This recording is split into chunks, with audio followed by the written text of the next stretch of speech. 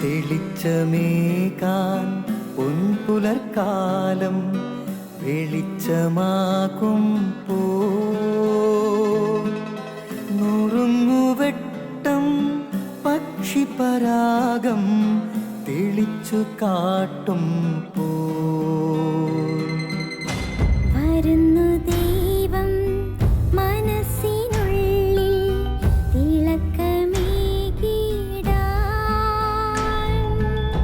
തരുന്നു ധ്യാന പ്രകാശമാർക്കും വിളക്ക് വയ്ക്കുമ്പോൾ. നുറുങ്ങുവെട്ടം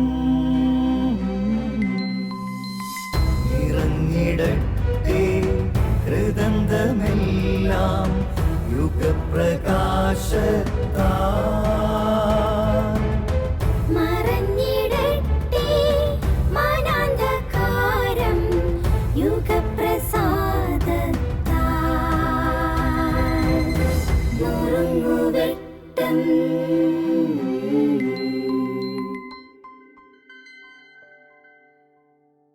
ഈശോ മിശിഹായിക്ക് സ്തുതിയായിരിക്കട്ടെ. ഈശോയുടെ ആദ്യത്തെ പ്രസംഗം എന്താണെന്ന് ഓർമ്മയുണ്ടോ? ഈശോ ആദ്യം പ്രസംഗിച്ച കാര്യം മാനസാന്തരപ്പെടുവിൻ, സ്വർഗരാജ്യം സമീപിച്ചിരിക്കുന്നു. പക്ഷേ ഇതിനകത്ത് പുതിയതായിട്ടൊന്നുമില്ല. തൊട്ട് മുമ്പേ പറഞ്ഞയാൾ പറഞ്ഞിട്ട് പോയതും ഇത് തന്നെയാണ്. ആര്?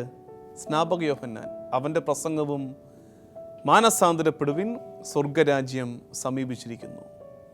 യോഹന്നാൻ അവസാനിപ്പിച്ചിടത്ത് ഈശോ പണി തുടങ്ങുകയാണ്. ഈശോ പറയുകയാണ്, മാനസാന്തരപ്പെടുവിൻ, സ്വർഗരാജ്യം സമീപിച്ചിരിക്കുന്നു. എന്താണ് ഇതിൽ നിന്നുള്ള പാഠം? ഒരാൾ അവസാനിപ്പിച്ചിടത്ത് അടുത്തയാൾ ആരംഭിക്കുന്നതാണ് സ്വർഗരാജ്യത്തിൻ്റെ ശുശ്രൂഷ. അല്ലാതെ താരമാകാൻ വേണ്ടി വന്നിട്ട് പറയുകയാണ് അവൻ പറഞ്ഞൊന്നും ശരിയല്ല, ഞാൻ പറയുന്നതാണ് ശരിക്കുമുള്ള കാര്യമെന്ന് പറഞ്ഞ് മുൻഗാമികളെ ഇകഴ്ത്തുന്ന ശൈലി സ്വർഗരാജ്യത്തിൻ്റെ വേലയല്ല.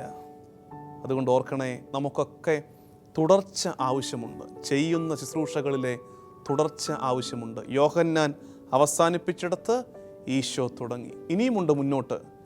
ഈശോ അവസാനിപ്പിച്ചിടത്ത് പത്രോസ് തുടങ്ങുകയാണ്. നടപടി പുസ്തകം 2-ാം അധ്യായത്തിൽ പത്രോസ് പറയുന്നു, മാനസാന്തരപ്പെടുവിൻ, സ്വർഗരാജ്യം സമീപിച്ചിരിക്കുന്നു. ആദിമ സഭ അവസാനിപ്പിച്ചിടത്ത് പിന്നീട് അടുത്ത ജനറേഷൻ ആരംഭിക്കുകയാണ്. വെളിപാട് പുസ്തകം 2-ാം അധ്യായത്തിൽ നമ്മൾ കാണുന്നു, അനുദപിക്കുവിൻ. കണ്ടിന്യൂഷൻ കണ്ടോ? ഒരു ജോലിയുടെ തുടർച്ച കണ്ടോ? ഇത് വീട്ടകങ്ങളിലും തൊഴിൽ മേഖലകളിലും ഇടവകകളിലും ഒക്കെ സംഭവിക്കേണ്ടതാണ്. അപ്പൻ പറയുന്നതിൻ്റെ കണ്ടിന്യൂഷൻ വേണം അമ്മ പറയാൻ. അല്ലാതെ പിള്ളേരെ സ്വന്തമാക്കാൻ വേണ്ടിയിട്ട്, അവരുടെ അധിക സ്നേഹം കിട്ടാൻ വേണ്ടി പിള്ളേരോട് പറയരുത് അപ്പം പറയുന്ന കാര്യമാക്കണ്ട, അമ്മ മാറ്റി പറയാം എന്ന് പറയരുത്. ചില അപ്പന്മാരുണ്ട്, ഗൾഫിൽ നിന്നൊക്കെ വല്ലപ്പോഴും നാട്ടിൽ വന്നിട്ട് പിള്ളേരുടെ സ്വന്തമാക്കാൻ വേണ്ടി, പിള്ളേരുടെ അധിക സ്നേഹം കിട്ടാൻ വേണ്ടി അമ്മ പറയുന്നതിനൊക്കെ തള്ളി പറഞ്ഞിട്ട് അപ്പൻ അധിക കാര്യം മറ്റു കാര്യങ്ങൾ പറയും. അരുത്. നമ്മളൊക്കെ ചെയ്യുന്നത് ഒരേ ശുശ്രൂഷയാണ്. അതിൽ തുടർച്ച ആവശ്യമുണ്ട്, സഹകരണം ആവശ്യമുണ്ട്. സ്നാപക യോഹന്നാനും ഈശോയ്ക്കും പത്രോസിനും യോഹന്നാനും ഒക്കെ സഹകരിച്ചു പോകാമെങ്കിൽ അവരോളം വരില്ലല്ലോ നമ്മളാരും. നമുക്കും ഒരുമിച്ച് നിൽക്കാൻ പറ്റും. മുൻഗാമിക്കും പിൻഗാമിക്കും ഒരേ ലക്ഷ്യത്തോടെ വേല ചെയ്യാൻ പറ്റും. ആ അത്ഭുതം നമ്മുടെ കാലത്ത്, നമ്മുടെ ദേശത്ത് സംഭവിക്കട്ടെ. ആമേൻ.